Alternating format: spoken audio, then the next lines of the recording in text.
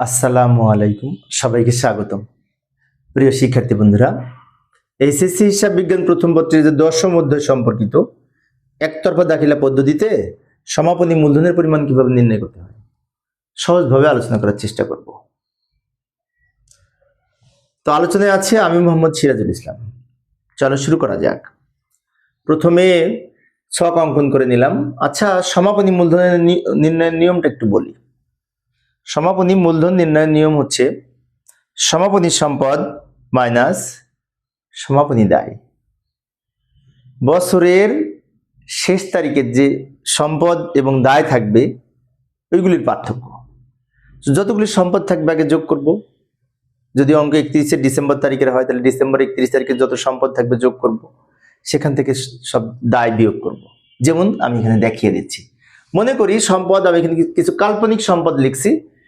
যেমন কাল্পনিক সম্পদ বলতে কি, কাল্পনিক টাকা লিখবো। চলতি সম্পদ সমূহ এখানে লিখবো, কিন্তু কাল্পনিক টাকা লিখবো।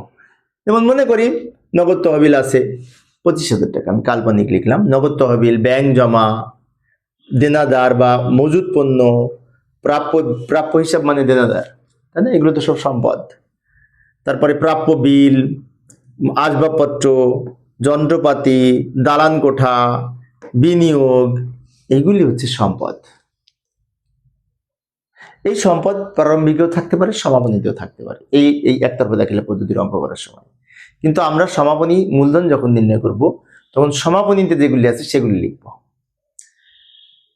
এই সবগুলি যোগ করে এখানে লিখব। লেখার পরে এবার সমাপনী দায় সমূহ লিখব নিচে। সমাপনী দায় সমূহের মধ্যে আছে প্রদেয় হিসাব।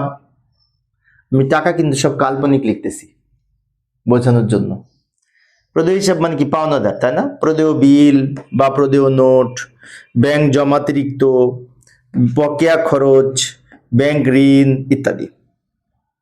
এছাড়া আরো থাকতে পারে, কিন্তু এইগুলো বেশি বেশি অঙ্কে থাকে।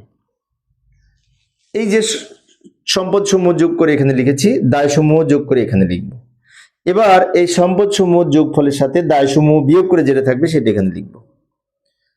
এখন এই যে সমাপনী সম্পদ মাইনাস সমাপনী দায় সমান 2,51,000, একে বলা হয় সমাপনী মূলধন।